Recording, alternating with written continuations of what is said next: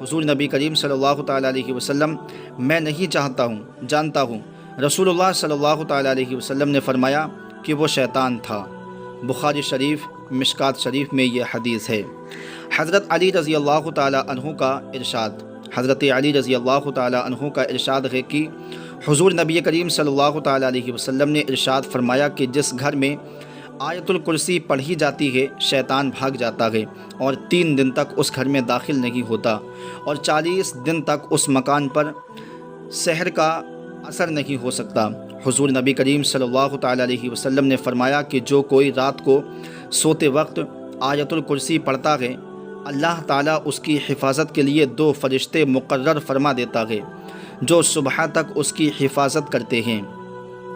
بزرگان دین نے بھی آیت الکرسی کو اپنے خاص برکات اور اثرات کے اعتبار سے نہایت افضل و اشرف قرار دیا ہے۔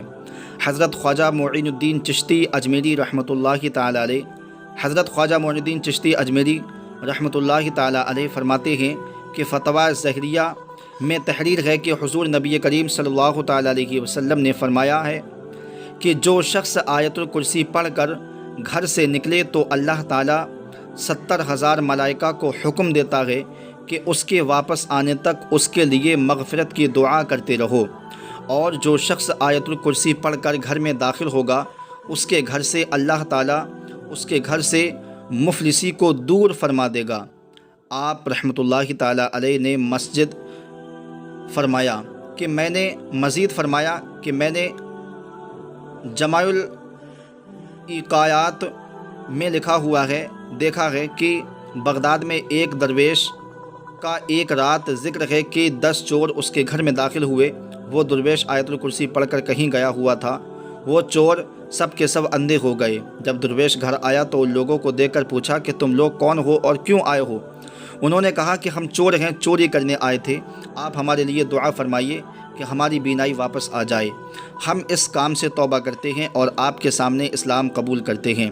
وہ درویش مسکرائے اور کہا کہ اللہ تعالیٰ کے حکم سے آنکھیں کھولو۔ سب کی آنکھیں کھل گئیں اور وہ بینا ہو گئے۔ سب نے اسی وقت توبہ کی اور مسلمان ہو گئے۔ حضرت بابا فرید الدین گنج شکر رحمۃ اللہ تعالیٰ علیہ حضرت بابا فرید گنج شکر رحمۃ اللہ تعالیٰ علیہ آیت الکرسی کی فضیلت بیان کرتے ہوئے ایسا فرمایا ہے کہ جس دن آیت الکرسی نازل ہوئی تو 70,000 فرشتے اس کے ارد گرد تھے۔ حضرت جبریل علیہ السلام حضور نبی کریم صلی اللہ تعالیٰ علیہ وسلم کی خدمت میں حاضر ہوئے اور کہا، لیجئے۔ حضور نبی کریم صلی اللہ تعالیٰ علیہ وسلم نے بڑے اعزاز و اکرام سے اسے لے لیا۔ حضرت جبریل علیہ السلام نے کہا کہ یا رسول اللہ صلی اللہ تعالیٰ علیہ وسلم، اللہ تعالیٰ ارشاد فرماتا ہے کہ جو بندہ آیت الکرسی پڑھے گا ہر حرف کے بدلے 1000 برس کا ثواب اس کے نام اعمال میں لکھا جائے گا۔ 70,000 فرشتے جو کرسی کے ارد گرد ہیں آیت الکرسی کا ثواب اس کے نام لکھتے ہیں، اور وہ شخص اللہ تعالیٰ کے مقربین میں شامل کیا جاتا ہے۔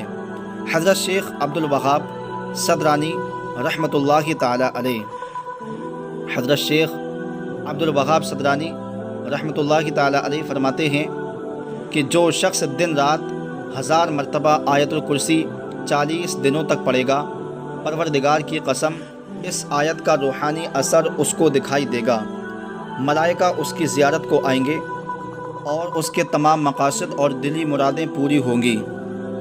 دوستوں، زندگی کا تجربہ یہ بتاتا ہے کہ اللہ تعالیٰ کی مدد جیسی کوئی مدد نہیں۔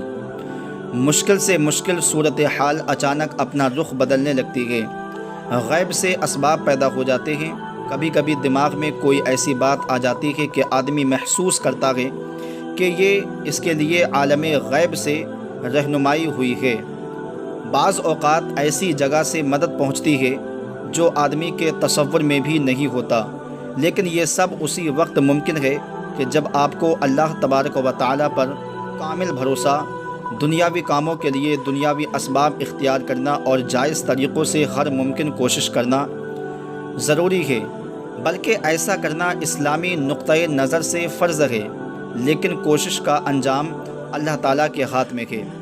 وہ چاہے تو بعض اوقات معمولی کوشش بھی فائدہ مند ثابت ہوتی ہے، اور اگر وہ نہ چاہے تو انتہائی جد و جہد بھی بیکار ہو جاتی ہے۔ اس لیے ہر حال میں اللہ تبارک و تعالیٰ سے مدد کا طلبگار رہنا چاہیے، کیونکہ اللہ تعالیٰ حقیقی کارساز ہے۔ میرے پیارے دوستو، خود سوچیں کہ یہ تو ایک آیت ہے جس کے پڑھنے کا اتنا عظیم ثواب ہے، تو سوچیں کہ پورا قرآن پڑھنے کی کتنی فضیلت ہوگی۔ دوستو، قرآن کو پڑھیے، سمجھیے اور اس پر عمل کیجیے، یہی کامیابی ہے۔ آپ کو پڑھنے سمجھنے میں دقت ہو تو علماء کرام سے رابطہ کیجیے اور اس سے دل لگا کر سیکھیے، کیونکہ قبر کی ان سختیوں اور آخرت کے ان مراحل میں کوئی دنیاوی ڈگریاں کام نہیں آئیں گی۔ اگر کوئی چیز کام آئے گی تو وہ قرآن کا سیکھنا سکھانا اور اس پر عمل پیدا ہونا ہے۔ اللہ تعالیٰ سے دعا ہے کہ ہمیں قرآن کو سمجھنے کی توفیق عطا فرمائے۔ آمین ثم آمین۔ السلام علیکم ورحمۃ اللہ وبرکاتہ۔